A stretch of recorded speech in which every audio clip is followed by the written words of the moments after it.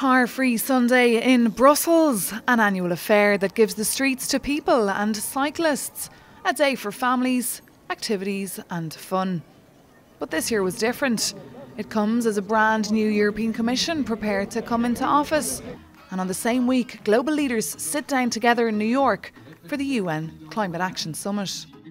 We hope to send a message from Brussels, capital of Europe, and we sincerely hope that European political leaders who will be in New York will be there with a strong message and ambition and set an example for the rest of the world.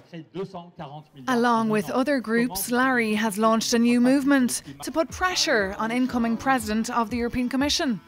It's called Dear Ursula. We have seen some vague promises to do more for the climate. She speaks of a Green Deal for Europe, but we want more than that. We want some, as I said, guarantees on very specific points.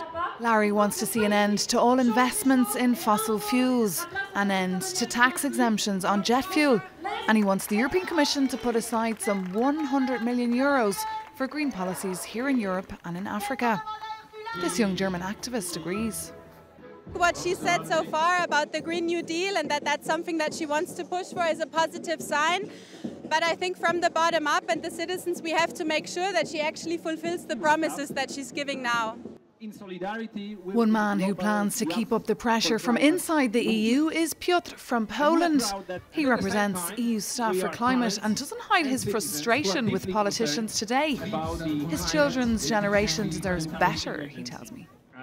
They all deserve that all the adults around the world wake the hell up and actually start acting as adults, because for the time being I have the impression that the young people and even children are acting as adults, while most of the adults, they are just thinking about business as usual.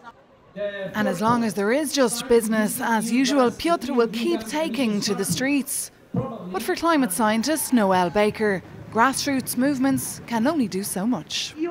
These bottom-up movements are getting the momentum going, but the highest producers of climate-changing emissions are at the top.